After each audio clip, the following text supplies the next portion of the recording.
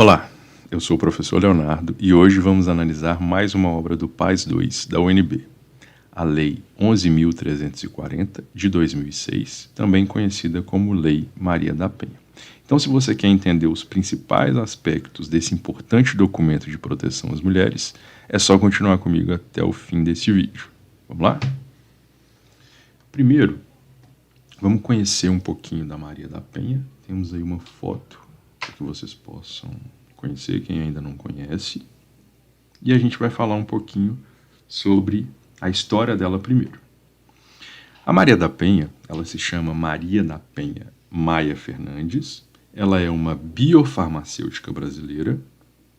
Ela nasceu em Fortaleza, no Ceará, em 1945.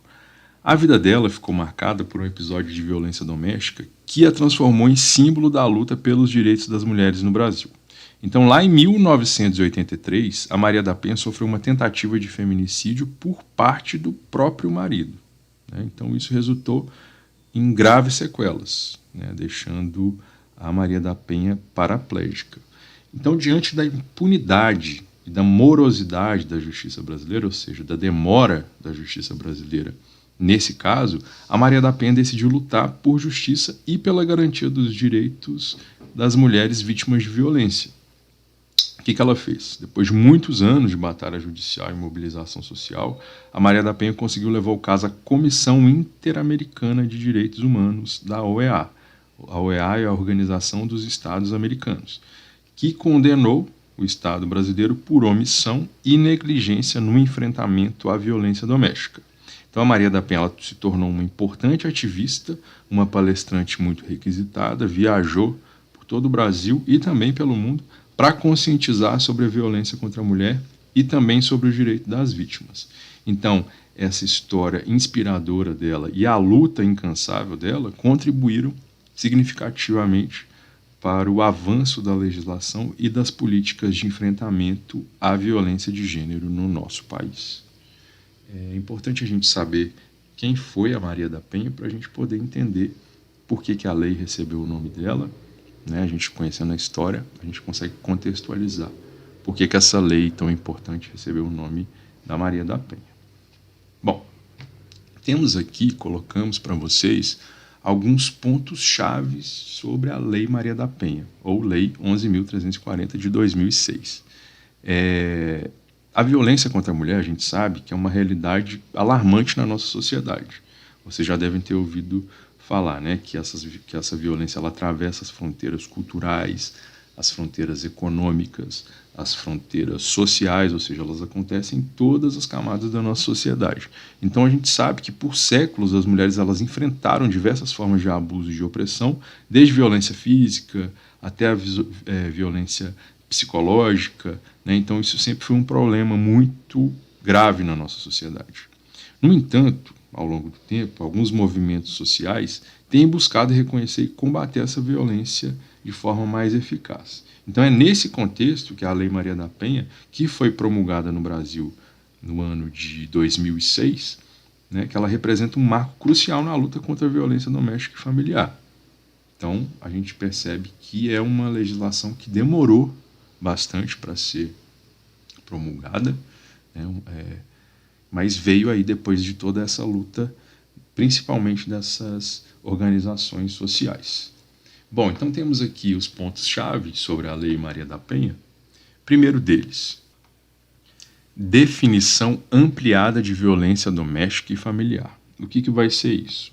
A Lei Maria da Penha ela vai ampliar o conceito de violência contra a mulher. Então ela vai incluir não apenas as agressões físicas, mas também a violência psicológica, a violência sexual, patrimonial e moral. Então ela vai reconhecer que a violência não se limita ao espaço público, porque muitas vezes a gente sabe que ela ocorre dentro dos lares brasileiros.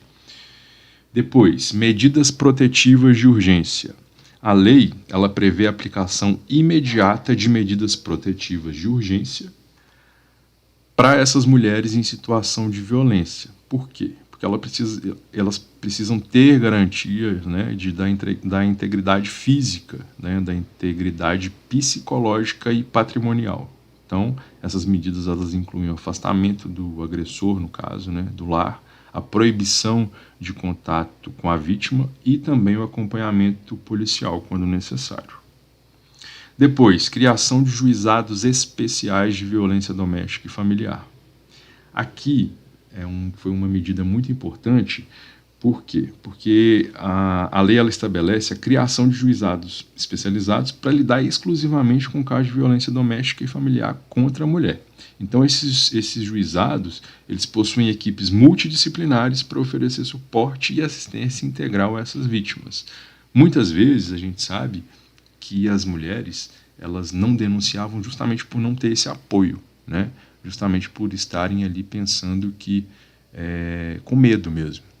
Elas vão fazer uma denúncia, mas elas vão ter asseguradas ali a integridade física, elas vão receber um apoio psicológico. Para onde que elas vão? O agressor vai continuar na casa? Então, todas as questões foram pensadas e foram criados esses juizados especiais. Temos aqui também penalidades mais severas. A lei ela vai estabelecer penas mais rigorosas para os agressores, considerando a gravidade do crime e o histórico de violência, né? E, além disso, vai proibir a aplicação de penas alternativas em casos de agressão contra a mulher. Isso era uma prática bem comum. Muitas vezes as penas eram bem bizarras, assim. A mulher sofria agressão e, às vezes, o marido, como pena, recebia 15 horas de trabalhos comunitários, né, que muitas vezes nem era cumprido. Estou dando um exemplo hipotético, mas era praticamente assim. Então, muito importante essas penalidades também mais severas. E, por último, a atuação integrada entre órgãos e instituições. Então, essa atuação integrada entre os órgãos e as instituições ela é muito importante. Por quê? Porque a lei ela vai promover essa integração entre diversos órgãos e instituições, como delegacias especializadas, a gente tem aí a Delegacia da Mulher, né? Ministério Público, Defensoria Pública, Assistência Social e de Saúde, para oferecer um atendimento mais eficiente e humanizado a essas vítimas. Como disse para vocês, muitas delas tinham medo de denunciar esses agressores, porque elas não teriam para onde ir, não sabiam se estaria garantido ali a alimentação dos filhos, porque muitas delas não trabalhavam apenas em casa, né? Eram totalmente submissas e sustentadas por esses agressores. Então, era uma situação de muita vulnerabilidade. Então, essa integração entre os órgãos e instituições traz uma segurança, né? Além de trazer essa possibilidade de afastar essa mulher do agressor, ela traz esse suporte ali para essas famílias, que muitas vezes essas mulheres também vão com seus filhos, para que elas possam ter um atendimento especializado e que entenda a gravidade dessa situação. Beleza? Aí aqui separei alguns tópicos também sobre como pode cair nas provas do PAS. Então, primeiramente, reflexões sobre a violência contra a mulher. A gente falou bastante aqui no inicinho sobre isso, que é uma realidade na nossa sociedade e que permeia aí a nossa história. Então, provavelmente pode sim ser cobrado alguma reflexão, algum item sobre essa questão da violência contra a mulher. Depois, itens sobre políticas públicas voltadas à proteção das mulheres, né? No caso, a gente está falando da Lei Maria da Penha, que é uma legislação específica de proteção às mulheres. Então, todas essas políticas públicas voltadas à proteção das mulheres visam sempre dar proteção não só para as mulheres, né, mas ali para os seus filhos, mas também uma proteção jurídica, né, uma proteção de distanciar esse agressor da vítima, né, uma proteção de segurança alimentar, enfim, é tudo integrado para tentar amenizar esse problema. Depois, o papel da mulher na sociedade contemporânea. A gente tem diversos exemplos de mulheres cientistas, mulheres artistas, enfim, nas diversas áreas, né, da nossa cultura, na sociedade de maneira geral, e isso vem sendo bastante discutido nos últimos anos aqui no Brasil e também no mundo, porque as mulheres elas ocupam um lugar de destaque hoje em diversas áreas, então é importante a gente pensar esse papel da mulher na sociedade contemporânea. Né? E aí também tudo ligado, todos os problemas ligados a isso, a questão do machismo, da diferença salarial e todas as questões que são discutidas nos últimos anos, beleza? Depois, as contribuições de Maria da Penha para a estruturação da legislação vigente. Nós conhecemos, né, um pouquinho da história da Maria da Penha no início, aqui da nossa análise. Então é importante a gente perceber a contribuição dela para a estruturação da legislação. Por quê? Porque antes dela, né, como ela sofreu muito para provar que tinha sido agredida, ela ficou paraplégica. Então, assim, o Estado brasileiro ele foi condenado por omissão. Então ela teve uma contribuição muito significativa para a estruturação dessa lei. Não é à toa que a lei recebeu o nome da Maria da Penha. Então, só para a gente recapitular algumas coisas que são importantes, a gente tem que pensar então que a Lei Maria da Penha ela estabelece que todo caso de violência doméstica e intrafamiliar é crime, né, e deve ser investigado por inquérito policial e sempre vai ser encaminhado ao Ministério Público. Então, os crimes eles são julgados nos juizados especializados de violência doméstica contra a mulher ou nas varas criminais. A lei tipifica situações de violência doméstica, né, e também amplia a pena de 1 a 3 anos de prisão. Vai direcionar mulheres em situação de violência e seus dependentes a programas de proteção e assistência social, como eu disse para vocês agora há pouco.